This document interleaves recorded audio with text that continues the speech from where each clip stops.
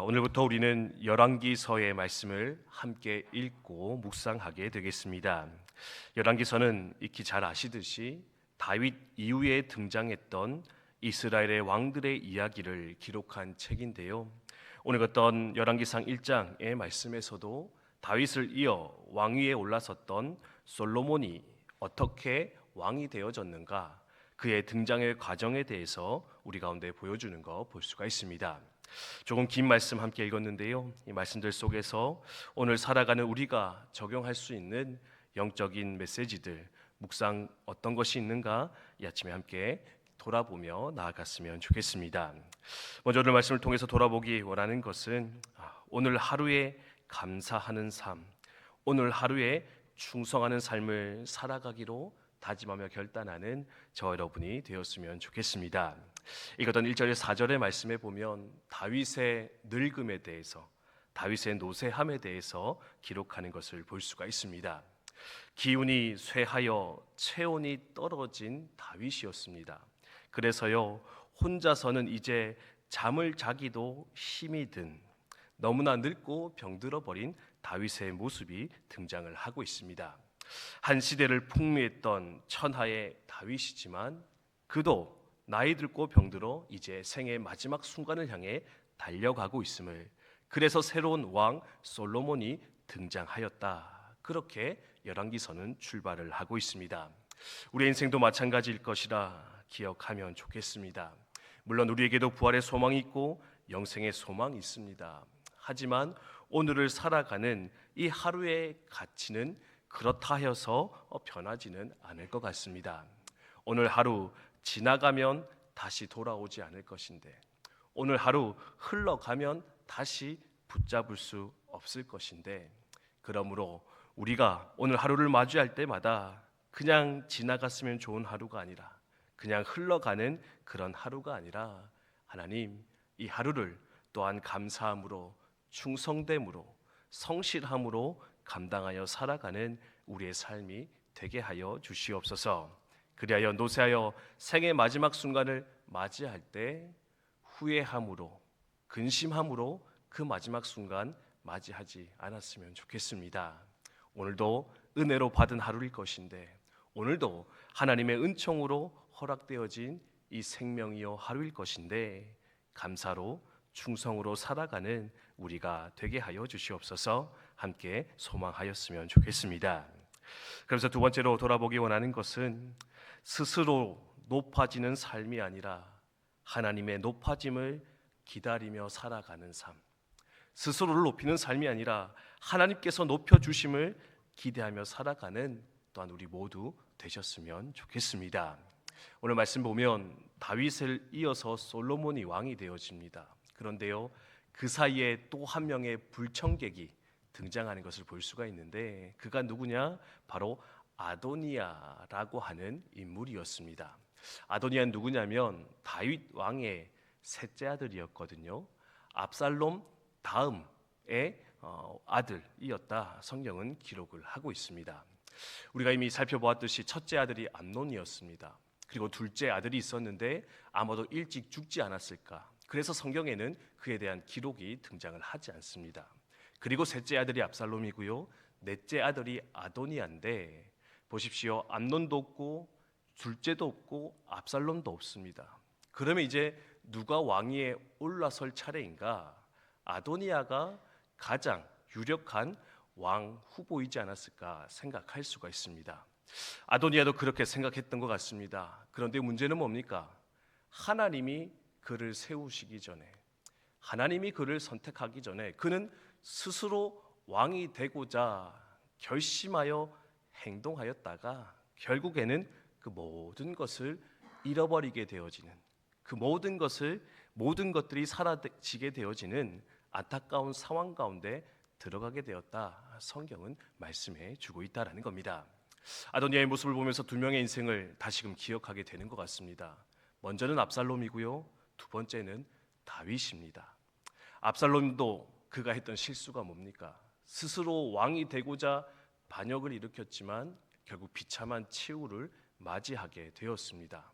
하지만 다윗의 인생은 어떠했습니까? 그는 사울 왕에게 쫓겨서 광야를 떠돌았지만, 그래서 사울 왕을 죽일 수 있는 기회를 몇 번이고 만났지만 다윗의 선택은 무엇이었느냐?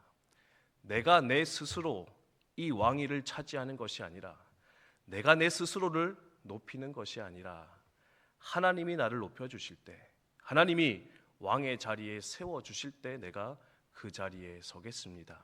그는 끝까지 하나님의 주권과 역사를 생각하면서 그는 묵묵히 순종의 자리에, 묵묵히 자신의 자리에 머물러 하나님을 기다렸던 자, 그가 바로 다윗이었다. 성경은 이야기하고 있다는 겁니다.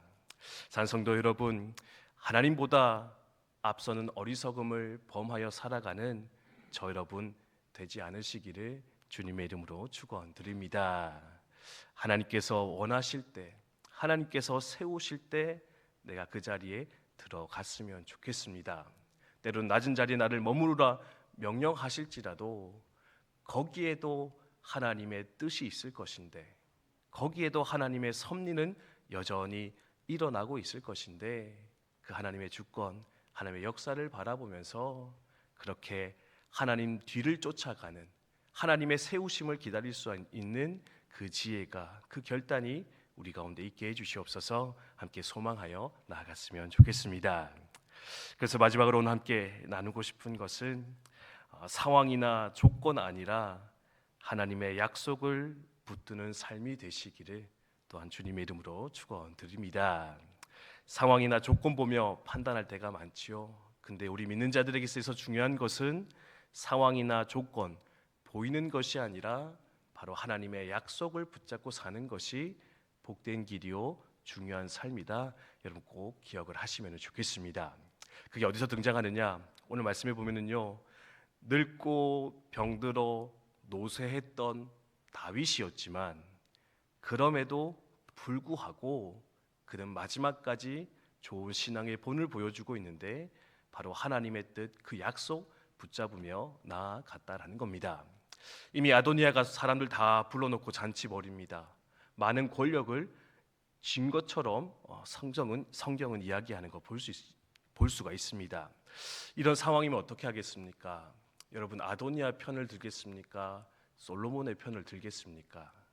사실 다윗은 이미 경험이 있잖아요. 압살롬이 벌였던 반역을 알았기 때문에 이쯤 상황이 되어졌으면 내가 누구 편에 서야 될까? 그게 어느 것이 더 내게 유리한 것일까? 아마 충분히 판단할 수 있었던 것 같습니다. 아도니아가 이미 다 힘을 가졌네. 내가 솔로몬 편에 들면 또 이 나이든 내가 광야 도망자로 살아가야 되는 것은 아닐까? 또 쫓겨나서 광야를 떠도는 이 말년의 결국에 광야에서 죽어가는 것이 아닐까 걱정하며 근심하지 않았을까 생각할 수가 있습니다. 근데요, 다윗의 선택은 뭡니까? 솔로몬을 지명하여 선택하는 거 볼 수 있습니다. 왜요? 그것이 하나님의 약속이었기 때문에, 그가 바로 하나님이 세우신 다음 왕자였기 때문에 다윗은 주저함없이 솔로몬을 선택하여 나아갔고요. 결국 그 다윗이 솔로몬을 선택할 때, 하나님의 약속을 선택하며 나아갈 때 또한 그 이후의 모든 상황들이 아름답게 순적하게 해결되어 진행되어 가는 것을 우리는 발견할 수가 있습니다. 마지막으로 기억하며 묵상하기 원하는 것은, 우리도 인생 살아가다 보면 상황이 먼저 보이고 조건이 먼저 보이고 내게 유리한 것이 무엇인가 먼저 판단하며 돌아갈 때가 많이 있는 것 같습니다. 그런데 그럴 때마다 눈에 보이는 좋은 환경 아니라, 눈에 보이는 좋은 상황이 아니라 하나님은 뭐라고 생각하실까? 하나님은 어떤 약속 우리 가운데 허락해 주셨을까? 또한 그것을 돌아보며 생각하면서 그 약속을 끝까지 붙잡아 살아갈 수 있는 저 여러분 우리 모두 되시기를 주님의 이름으로 축원드립니다. 오늘도 주님의 약속이 우리 가운데 있는 줄 믿습니다. 어떤 약속이 있습니까? 구하고 찾고 두드리라 내가 너에게 이루어 주겠다. 기도에 대한 약속이 있고요. 수고하고 무거운 짐진 자들아 다 내게로 오라 내가 너를 쉬게 하겠다. 영원한 안식과 평강에 대한 약속이 우리 가운데 주어져 있는 줄을 믿습니다. 상황 때문에 좌절하지 마시고, 상황 때문에 짓눌리지 마시고, 상황 때문에 고통하지 마시고, 오늘도 눈을 들어 하나님의 영원한 약속의 말씀 붙잡고 소망 중에 기도로 말씀으로 살아내시는 저 여러분 우리 모두 되시기를 주님의 이름으로 축원드립니다.